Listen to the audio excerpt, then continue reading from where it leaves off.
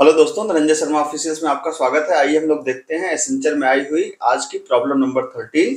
ये भी एक अच्छी प्रॉब्लम है। आप चाहें तो इसको अपने से पहले सॉल्व करने का अटेम्प्ट कर सकते हैं। आप हैकर रैंक का यूआरएल मेरे डिस्क्रिप्शन में पा सकते हैं। वहां से चाहें तो आप पहले इसको खुद से सॉल्व करने की कोशिश करें, और अगर आप नहीं सॉल्व कर पा रहे हैं या किसी भी तरह की दिक्कत हो रही है तो आप आइए मेरे सोल्यूशन के साथ में बने रहिए। चलिए स्टार्ट करते हैं। तो प्रॉब्लम का नाम है मैक्सिमम एक्सपोनेंट। मैक्सिमम एक्सपोनेंट क्या है, प्रॉब्लम क्या करिए, पहले हम लोग इसको वन बाय वन समझ लेते हैं। हमारे पास एक फंक्शन हमें बनाना है मैक्स एक्सपोनेंट नाम से, जो दो इंटीजर वैल्यूज को आर्गुमेंट लेगा और एक इंटीजर को रिटर्न करेगा। ठीक है, तो दो इंटीजर वैल्यू है ए और बी और रिटर्न करेगा। इन दोनों को इंक्लूड करेगा रेंज में। ये ध्यान रखने वाली बात है कि ए और बी भी रेंज के अंदर इंक्लूड होगी।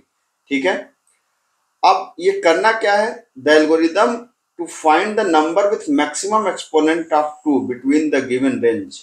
ठीक है, अब ये एक समझने वाली बात है कि भाई आपको किस तरीके से मैक्सिमम एक्सपोनेंट मिलेगा। तो आपको इनपुट, ये भी हम लोग समझते हैं। तो आपको इनपुट दो वैल्यूज लेनी है, एक वैल्यू ले है ए, एक वैल्यू है बी। ठीक है, और ए हमेशा छोटी होगी बी से, तो इसकी चिंता नहीं करनी कि हमें ए बी में कौन बड़ा होगा। ठीक है, ए हमेशा छोटा होगा बी से। अब आइए इस बात को समझते हैं। अगर आप इसको देखें सैंपल इनपुट और आउटपुट को, तो सैंपल इनपुट है हमारे पास 7, मतलब 7 स्टार्टिंग वैल्यू है। तो आप देख सकते हैं कि 7 कौन सी वैल्यू है, हमारी स्टार्टिंग वैल्यू है, और 12 हमारी एंडिंग वैल्यू है। तो स्टार्ट से एंड, इसका मतलब 7 से 12 में सारे नंबर को। तो अब ये कह रहा है कि 2 से कौन नंबर मैक्सिमम टाइम डिवाइड हो रहा है। तो आप देखें अगर 7 को, तो 7 तो ऑड है तो 2 से डिवाइड होगा ही नहीं, तो इसका आ गया 0। अगर आप 8 को देखें 2 से, तो अगर आप 8 को पहले 2 से डिवाइड करें तो पहली बार कितना आएगा, अगर आप इसको डिवाइड करें तो पहली बार आ जाएगा 4। फिर अब अगर 8 को आप 2 से डिवाइड करें तो आ जाएगा 2, और फिर 8 को आप 2 से डिवाइड करें तो आ जाएगा 1। तो इसका मतलब 8 कितनी बार 2 से डिवाइड हुआ, एक बार, दो बार, 3 बार, है ना। तो 8 को जब आपने 3 बार डिवाइड किया, मतलब इसको 8 को डिवाइड मैक्सिमम कितनी बार हो गया आपका, 3 बार हो गया। तो ये आपका आया 3। 9 चूंकि ऑड है, डिवाइड ही नहीं होगा। 10 कैसे डिवाइड होगा, जब 10 को आप डिवाइड करेंगे 2 से तो पहली बार डिवाइड होगा 5 आएगा, लेकिन अब चूंकि 5 ऑड हो गया तो दूसरी बार डिवाइड होगा नहीं। तो ये कितनी बार डिवाइड होगा, एक ही बार डिवाइड होगा। 11 ऑड है तो डिवाइड होगा नहीं। 12 में अगर आप जाएं तो आप 12 को देखें, तो अगर आपने 12 को डिवाइड किया, मान लीजिए आपने 2 से डिवाइड किया तो पहले 6 आया, मतलब एक बार डिवाइड हो गया। फिर 6 को आपने डिवाइड किया तो फिर 3 आ गया, मतलब 2 बार डिवाइड हो गया। अब जब 3 को आप 2 से डिवाइड करेंगे तो ये डिवाइड ही नहीं होगा, क्योंकि ये ऑड टर्म है। तो ये कितनी बार डिवाइड हुआ, 2 बार डिवाइड हुआ। तो आप देख सकते हैं वही यहाँ पे लिखा है 3 1 2, तो 8 3 बार डिवाइड हुआ है, 10 एक बार डिवाइड हुआ है, और 12 2 बार डिवाइड हुआ है। तो मैक्सिमम बार कौन डिवाइड हुआ, मैक्सिमम बार डिवाइड हुआ है 8। तो 8 हमारा होगा इसका राइट आंसर। ठीक है, अब बात ये आती है कि इसको अप्रोच कैसे किया जाए। इसको अप्रोच करने का जो तरीका होगा वो क्या होगा। तो इसको अप्रोच करने के लिए तरीका ये होगा कि हम दो बातें कर सकते हैं। हम ये कर सकते हैं कि ये नेस्टेड लूप का केस है, या तो हम लूप के अंदर लूप इस्तेमाल कर सकते हैं, या लूप के अंदर हम एक अलग फंक्शन बना के इस्तेमाल कर सकते हैं। कैसे भाई, ये तो पता ही है कि स्टार्टिंग एंडिंग है, तो आपको एक लूप चलानी पड़ेगी। कहाँ से कहाँ तक आपको एक लूप चलानी पड़ेगी, स्टार्टिंग से लेके कहाँ तक, एंडिंग तक की एक लूप चलानी पड़ेगी। ठीक है, और क्या करना पड़ेगा आपको, आपको काउंट करना पड़ेगा कि 2 से पर्टिकुलर नंबर कितनी बार डिवाइड हो रहा है। तो आप चाहें तो इसके लिए अलग से लूप लॉजिक लगा सकते हैं, या चलिए हमने काउंट नाम का एक फंक्शन बना लिया। तो एक काउंट नाम का फंक्शन है जो बता देगा कि कितनी बार डिवाइड हो रहा है। ठीक है, ये आई कितनी बार 2 से डिवाइड हो रहा है, हम काउंट को भी बना लेंगे। अब क्या करेंगे, यहाँ पे कुछ वेरिएबल बना लीजिए। जैसे आपने एक mx नाम का वेरिएबल बना लिया, इसकी वैल्यू 0, एक num नाम का वेरिएबल बना लिया आपने। अब जो भी काउंट की वैल्यू है आप चेक कर लीजिए कि यदि हमारा जो काउंट की वैल्यू है अगर mx से ज़्यादा है, तो mx के अंदर आप क्या डाल दीजिए, काउंट की वैल्यू डाल दीजिए। ठीक है, और जो नंबर है उस करंट नंबर को नंबर के अंदर डाल दीजिए, बस हो गया काम खत्म। तो इसका मतलब क्या हुआ, इसका मतलब ये हुआ कि हमको यहाँ पर सिंपली, मतलब इसको बिल्कुल आसानी से इस प्रॉब्लम को आप सॉल्व कर सकते हैं कि आपको एक अलग से फंक्शन बनाना पड़ेगा काउंट।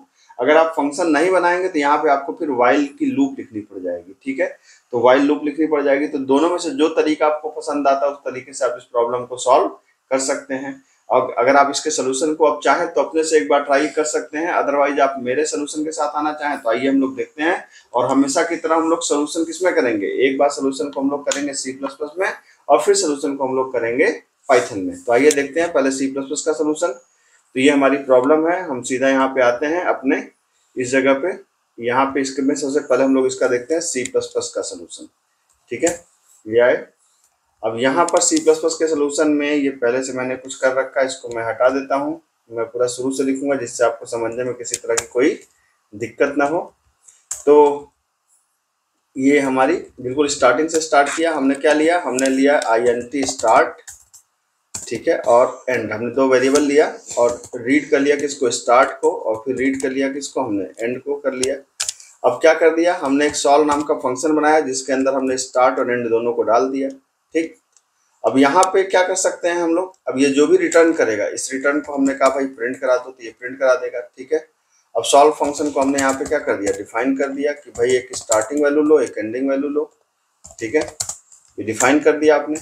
अब क्या करेंगे यहाँ पर, अब आप यहाँ पर एक वेरिएबल ले लीजिए mx नाम से, मैक्स नाम से, और एक वेरिएबल ले लीजिए num नाम से। एक वेरिएबल i की जरूरत पड़ेगी और mx की वैल्यू शुरुआत में आप कर लीजिए 0। ठीक है, अब यहाँ पे आप एक लूप चलाइए, कहाँ से कहाँ तक हमें चलाना है, स्टार्ट से लेके एंड तक। तो हमने कहा i equal to start, i less or equal than end, और i प्लस प्लस, ये कर दिया हमने।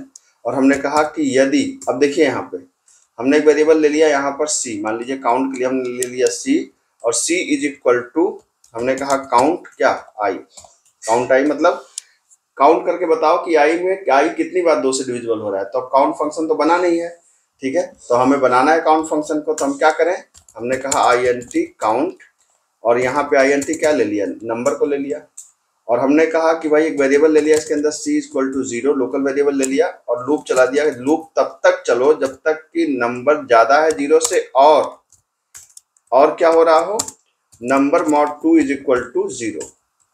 ठीक है, एक तो नंबर 0 से ज्यादा हो, एक बात, और दूसरी बात कि नंबर को 2 से डिवाइड करने पर रिमाइंडर 0 आ जाए। ठीक है, अगर 0 आए तभी लूप चले। लूप चले क्या, सिंपली C++ कर दो और number is equal to number divide by 2 कर दो। तो इससे क्या होगा कि जितनी बार नंबर 2 से डिविजिबल होगा तो उतनी बार उसको 2 से डिवाइड करके चलता जाएगा, और C को आगे C में ऐड करता चला जाएगा। ठीक है, उसके बाद क्या हुआ, आपने कहा कि रिटर्न कर दो किसको, रिटर्न कर दो काउंट को। ठीक है, अगर इस लॉजिक को आप समझना चाहते हैं कि ये लॉजिक क्या कर रही है, तो मैं इस लॉजिक को आपको पूरा समझाता हूँ कि ये लॉजिक कर क्या रही है। तो आइए पहले इस लॉजिक को हम लोग समझते हैं। ये जो लॉजिक हमने यहाँ पर लिखी है, तो इस लॉजिक को अच्छे से मैं समझाता हूँ आपको। ये लॉजिक क्या कह रही है, इस लॉजिक को समझने के लिए आप ऐसे समझिए कि जैसे मान लीजिए हमने यहाँ पर दिया 8। ठीक है, जैसे अगर यहाँ पे फंक्शन नंबर की वैल्यू कितनी है, नंबर की वैल्यू अगर है 8, तो लूप कैसे चलेगी, क्या 8 बड़ा है 0 से, सही बात है, और क्या क्या 8 को 2 से डिवाइड करने पे रिमाइंडर 0 आ रहा है, सही बात है। तो C की वैल्यू कितनी हो गई, 1 हो गई, C++, और नंबर अब कितना हो गया, नंबर हो गया 8 डिवाइड बाई 2 मतलब 4 हो गया। लूप फिर से चली। ठीक है, जब लूप फिर से चलेगी तब क्या करेगा, क्या 4 बड़ा है 0 से, सही बात है, and 4 mod 2 is equal to 0, सही बात है। तो C की वैल्यू प्लस प्लस हो गई, मतलब C 2 हो गया, और नंबर कितना हो गया, नंबर हो गया 2, मतलब 4 डिवाइड बाई 2, 4 डिवाइड बाई 2 कितना हो जाएगा, 2 हो जाएगा। फिर 2 बड़ा है 0 से, सही बात है, फिर आपने कहा कि 2 mod 2 इज इक्वल टू क्या, 0, सही बात है। तो C की वैल्यू कितनी हो गई, 3 हो गई, और नंबर की वैल्यू कितनी हो गई, 2 डिवाइड बाई 2 कितना आ जाएगा, 1 आ जाएगा। अगली बार क्या 1 बड़ा है 0 से, सही बात है, लेकिन क्या 1 mod 2 0 आ रहा है, नहीं, ये गलत होगी कंडीशन। जब कंडीशन गलत हो गई तो ये लूप चलेगा नहीं। तो यही आप देखिए कि यहाँ से क्या रिटर्न होगा हमारे पास, C की वैल्यू, तो C की वैल्यू कितनी है, 3 है। इसी तरीके से हर वैल्यू के लिए वो आएगा, डिवाइड करेगा, रिटर्न करेगा। अब क्या करेंगे, यहाँ पे आप चेक कर लीजिए, यदि C है, यहाँ पर आपने कहा C के अंदर काउंट आ गया, तो यदि हमारा जो C आया है वो mx से बड़ा है, तब क्या करेंगे, mx इक्वल टू C डाल देंगे, और नंबर के अंदर क्या डाल देंगे, नंबर के अंदर आप डाल देंगे i। ठीक, और आप जो रिजल्ट है, रिजल्ट किसके अंदर स्टोर है, रिजल्ट स्टोर है नंबर के अंदर, क्योंकि हमें पर्टिकुलर नंबर चाहिए, तो हमने नंबर को रिटर्न कर दिया, काम खत्म। ये देखिए हमारा हो गया C++ का सोल्यूशन। ठीक, अब इसको आप रन कराना चाहें तो आप देखिए, इसको रन करा के चेक कर लीजिए। ठीक, यहाँ पर अच्छा, वहाँ पे n वेरिएबल लिया है, मैंने लिखा नंबर है, तो आप इसको थोड़ा सा सही कर लीजिए, n equal to n divide by 2। ठीक है, ये हो गया, और ये मेरे ख्याल से रन कर जाना चाहिए। बिल्कुल ठीक है, ये आपका सैंपल टेस्ट केस रन हो गया, बाकी भी रन कर जाएगा, सोल्यूशन बिल्कुल सही है। अब आइए इसका हम लोग देखते हैं पाइथन का सोल्यूशन। ये है आपके सामने सी प्लस प्लस का सोल्यूशन। अगर आप पाइथन से कोड करते हैं तो इसका पाइथन का भी सोल्यूशन देख लीजिए। सेम लॉजिक लगाते हैं हम लोग, ठीक है। पाइथन में क्या करेंगे, पाइथन वाले सोल्यूशन को भी मैं पहले से हटा के आपको पूरा सोल्यूशन लिख के दिखाता हूँ कि कैसे काम करेंगे। तो आपने एक स्टार्टिंग वैल्यू लिया है INT, क्या आपने यहाँ पे कहा INT इनपुट, ये लिया आपने, और फिर आपने क्या किया, end equal to INT input, ये दोनों को आपने रीड किया। अब रीड करने के बाद आपने वही सॉल्व फंक्शन के अंदर स्टार्टिंग वैल्यू एंडिंग वैल्यू को पास कर दिया, और आपने प्रिंट कर दिया किसको, सॉल्व के एस और ई को आपने प्रिंट कर दिया यहाँ पर। अब यहाँ पे सॉल्व को डिफाइन करिए, डेफ सॉल्व, ठीक, एस लिया आपने, ई लिया। अब लूप चलेगी कहाँ तक, फॉर आई इन रेंज, ठीक है, एस से लेके ई तक। तो ई प्लस वन आपको पता है कि लास्ट वाले में जोड़ना पड़ेगा। अब क्या करेंगे हम लोग, यहाँ भी वेरिएबल ले लीजिए, क्या वेरिएबल था, mx इक्वल टू 0, और यहाँ पर भी एक वेरिएबल हम ले लेते हैं num इक्वल टू 0, ठीक, ये दो वेरिएबल जरूरत पड़ेगी। और हमने यहाँ पे क्या किया, यहाँ पर भी कहा कि c is equal to count of i। तो काउंट फंक्शन तो यहाँ भी बना नहीं है। काउंट फंक्शन हालांकि पाइथन में होता है, लेकिन ऐसे नहीं होता, उसका अलग तरीका है, ठीक है। तो हमें काउंट अपना फंक्शन बनाना है, तो हम यहाँ भी वही करेंगे। डेफ हमने फंक्शन का नाम क्या दिया, काउंट, एन आर्गुमेंट पास किया। अब क्या करेंगे, वही पुराना concept, c equal to 0 while n is greater than 0 and n mod 2 is equal to 0। तो अगर ऐसा है तो c प्लस इक्वल टू 1 कर दिया, n equal to n double divide by 10 कर दिया, इंटीजर डिवीजन, और जो भी रिजल्ट हमने कहा कि रिटर्न कर दो किसको, c को। तो आप देख सकते हैं काउंट फंक्शन भी तैयार हो गया। अब यहाँ पर आपको क्या करना है, वही चीज चेक करना है कि यदि जो काउंट की वैल्यू है बड़ा है mx से, तो mx के अंदर क्या आ जाए, काउंट आ जाए, और नंबर के अंदर क्या आ जाए, i की वैल्यू आ जाए, ठीक है। अब इस प्रोसेस के बाद जो रिजल्ट आता है, उस रिजल्ट को आपने कहा कि उस रिजल्ट को हमें वापस लौटा दो। तो रिजल्ट का मतलब नंबर की वैल्यू, अब आपने इसको वापस लौटा दिया। अब देखिए मेरे ख्याल से ये आपका है पाइथन का सोल्यूशन। एक बार चेक कर लिया जाए इसको, यहाँ पर आप इसको एक बार चेक कर लीजिए, सब कुछ अगर सही है तो ये बिल्कुल सही है जी। पाइथन का सोल्यूशन भी देख सकते हैं आपके सामने, बिल्कुल सही सोल्यूशन हमने लिख डाला, ठीक। तो आपने इस प्रॉब्लम का C++ और पाइथन पे दोनों सोल्यूशन देख लिया। जावा वाले भी कर ही लेंगे। जावा का सोल्यूशन सिर्फ मैं इसलिए नहीं करता हूँ क्योंकि वीडियो बहुत लंबी हो जाएगी। तो अगर आपको मेरा कंटेंट पसंद आया हो तो चैनल को सब्सक्राइब करिए, दोस्तों के साथ शेयर करिए। मिलते हैं अगले लेक्चर में। Thank you so much.